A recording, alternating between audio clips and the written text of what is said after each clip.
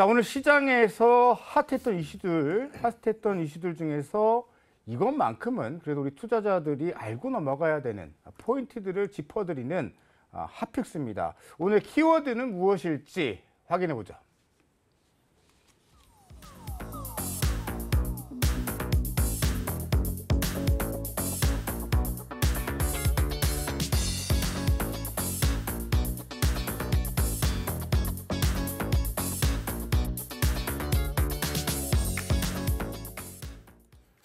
자, 후성이 울산 공장 전해질 생산 중단 소식이 들려왔고요. 폴란드 방산업체가 회장 한 분이 이제 방한을 하는데 오늘 방산주들이 꿈틀댔습니다. 자, SM 아티스트들이 경쟁자죠.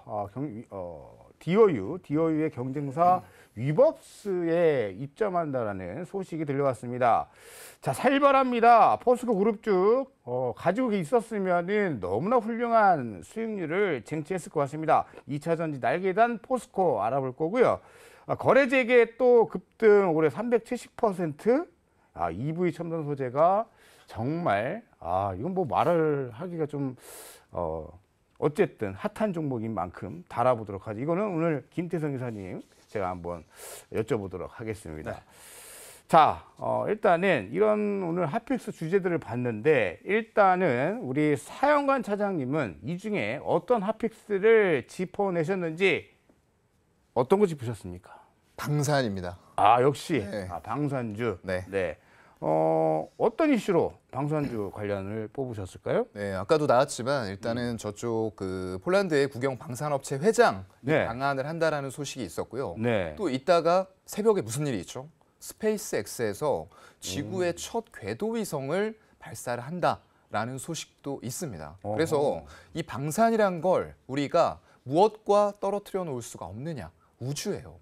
우주항공. 네, 맞습니다. 우주와 항공이 다 같이 겹쳐 있고요.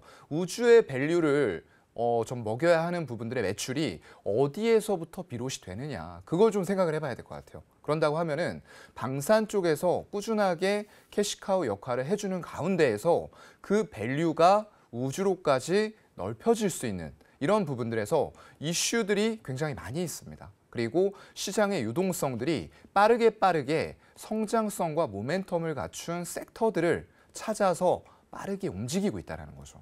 대표적인 예가 AI, 로봇 이런 쪽들 움직였었고요. 또 우주 쪽도 움직였었고 최근에는 2차 전지와 더불어서 좀 대표적인 코스닥의 섹터라고 볼 수 있는 IT 쪽에 반도체와 디스플레이 소부장까지 같이 움직이는 모습들이 나왔기 때문에 이런 흐름들이 당분간은 지속이 될 수밖에 없다라고 보고 있습니다. 좋습니다. 방산주들이 뭐 오늘 급등까지는 아니어도 전체적으로 움직이는 흐름이 나왔는데 날카롭게 치고 들어갑니다. 김태성 이사님. 네. 네. 방산 관련주. 네. 지금 서영원 차장께서 우주항공과 방위산업 뗄래야 뗄 수가 없다. 그럼요. 같이 봐야 된다. 동의하십니까? 100% 동의하는 게 네. 우주항공은 어쩌다 한 번입니다. 네. 그러니까 앞으로 우리에게 필요한 기술이긴 하나 그 기업들이 그 기술을 통해서 돈을 버는 횟수는 그렇게 많지 않을 거예요. 그러면 그 기간 동안 그 기술을 개발할 만한 자금이 있어야 되는데 네. 그 자금을 조달할 캐시카우가 필요합니다. 그렇죠. 그렇기 때문에 그 캐시카우 역할을 해줄 수 있는 게 대표적으로 보면 방산이고 방산에서 벌어들인 돈을 가지고 위성 쪽에 투자를 하는 이런 선순환 구조를 가지고 있는 기업만이 오래 살아남을 수 있다라는 장점이 있어요. 그래서 여러분들이 이 부분을 꼭 유념하셔야 되는 게 위성이라든지 뭐 위성뿐만 아니고 테마주들이 만약에 생겨나면 처음에는 우후죽순 다 올라갑니다. 네. 이거 부품 생산한대. 얘도 우주 부품 관련 생산하는 것 같아. 처음에 다 올라갑니다. 하지만 그 다음에 조정이 오고 재차 2차, 3차 상승이 나올 때는 기술력을 가지고 있는 기업 위주로만 상승을 합니다. 그래서 이제 여러분들이 이제 테마주라는 그 단어에 너무 현혹돼서 이 종목 저 종목 사시는 것보다 앞서 이제 차장님께서 이야기하신 포인트들을 좀 잘 짚고 여기에 플러스 방산을 꼭 껴있는 기업에 더 집중을 하셔서 투자를 해야지만 올해 2분기의 성과가 좀 좋지 않을까라는 의견 드리겠습니다. 좋습니다. 일단 방산과 저궤도 위성, 우주항공은 같이 우리가 섞어서 봐야 된다. 어느 한쪽 측면만 봐서는 안 된다는 의견을 두 분 다 동의하셨고요. 그러면 서영원 차장님, 네. 방산 관련주들에 대한 대응 전략과 네. 내 마음속의 탑 클래스 종목군들은 무엇이다? 네, 최근에 보면은 네. 좀 많이 올라간 종목, 대형 종목이 있었어요. 한화 에어로스페이스가 훌륭하게 올라갔습니다. 계속 올라갔죠. 네네네. 네, 이런 쪽이 이제 한화 디펜스 합병이라던가 네. 여러 가지 이슈들 그리고 한화 에어로스페이스의 방산 부문을 몰아주는 이런 부분 때문에 좀 효과가 크게 났었다라고 생각이 되는 거고요. 네. 일단 기존에 이 업체뿐만 아니라 전체적으로 우리 방산의 위상은 굉장히 많이 올라왔어요. 이게 어디에서부터 비롯이 되었느냐? 결국에는 유럽 쪽에 폴란드 이런 쪽들로 무기 수출을 하기 시작하면서 K 방산 괜찮네. 그리고 납기도 괜찮고 여러 가지 면에서 기존에 사용하던 무기들을 어디로 유럽 쪽에서 다 보냈죠? 지금 러시아와 우크라이나 전쟁이 발발하면서 우크라이나 쪽으로 자국의 무기들을 보내다 보니까 자국의 국간이 비어버리는 이런 현상이 일어난 거예요.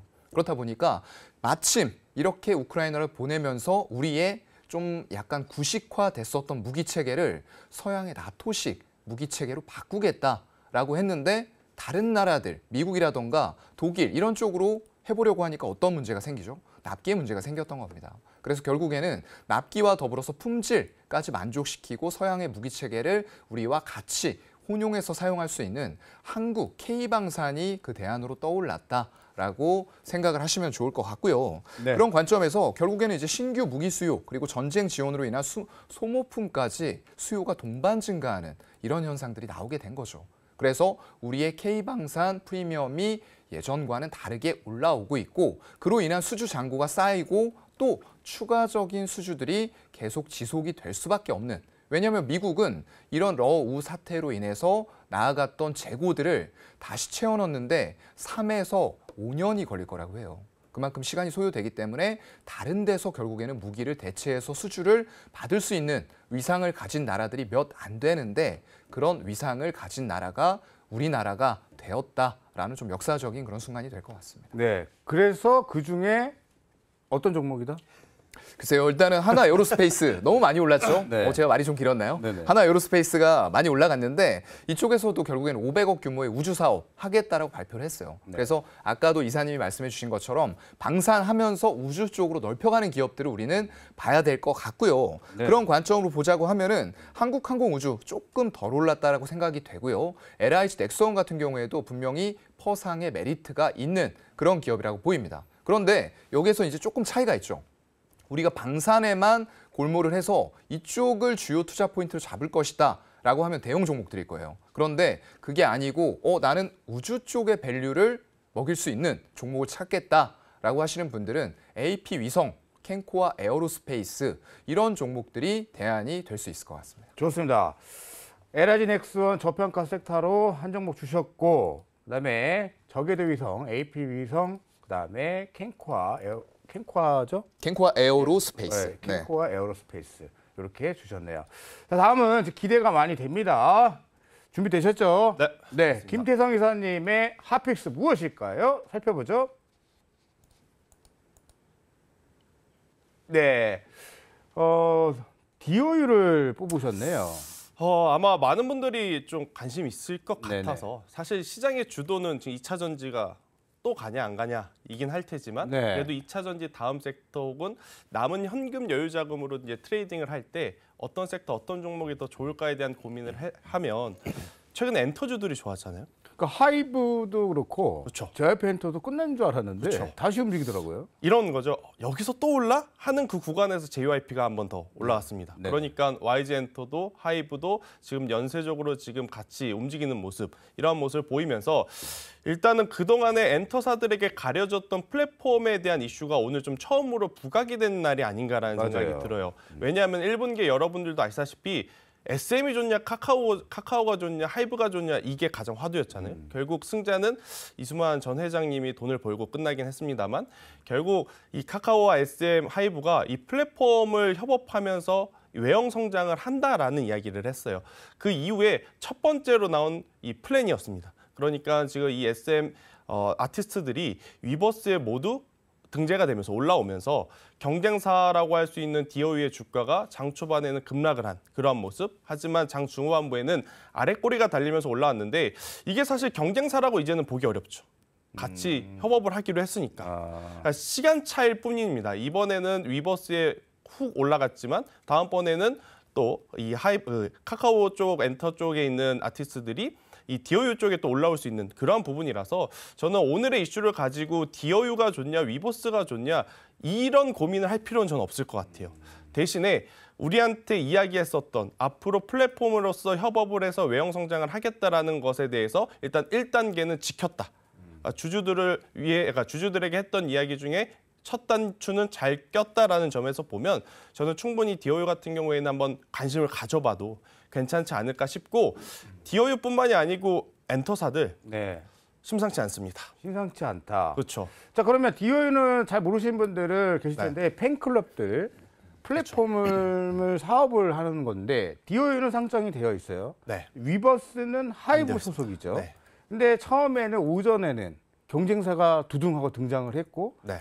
대거 아티스트가 입점을 한다고 하니 그게 악재라고 봤지만 네. 알고 봤더니 그거는 경쟁이라기보다는 시장을 같이 이끌어가는 그렇죠. 흐름으로 보시는군요. 그렇게 봐야 하고 네.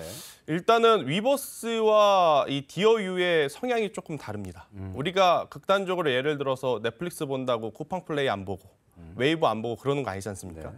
처음에는 당연히 가격적인 부분을 고민하죠.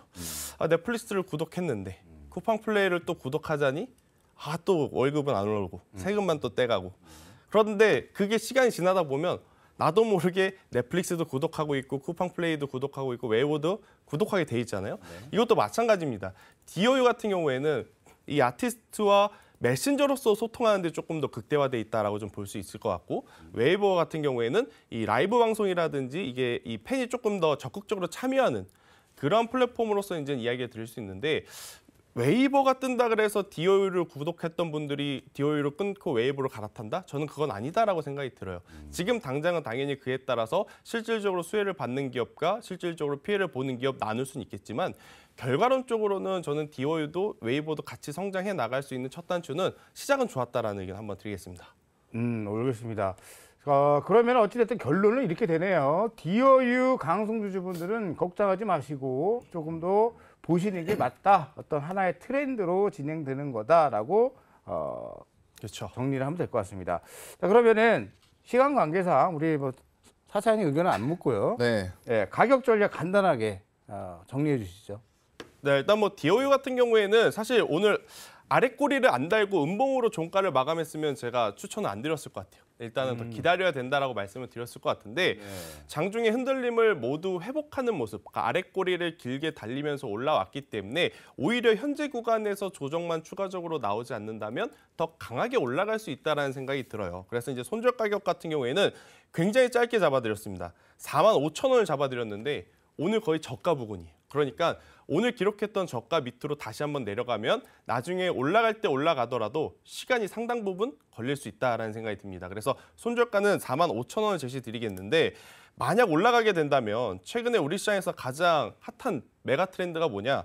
바로 전고점을 돌파할 때 시세가 나는 부분입니다. 그래서 저는 이 디어유 같은 경우에는 58,000원이라는 가격대만 돌파해준다라고 하면 충분히 65,000원 선까지도 한번 우리가 바라볼 수 있지 않을까라는 의견을 한번 드려보도록 하겠습니다. 좋습니다. 디어유 뭐 차트상 바닥을 다지는 정도지 뭐 급등한 나오는 아니죠. 흐름은 없어요. 네. 좋은 흐름 기대해 보겠고 짧게 차장님은 엔터주 좋게 본다 안 본다? 좋게 본다. 좋게 본다. 네. 오케이 좋습니다. 자 이렇게 오늘 두 찐고수분들의 핫했던 핫 이슈들 핫픽스 점검해봤고요.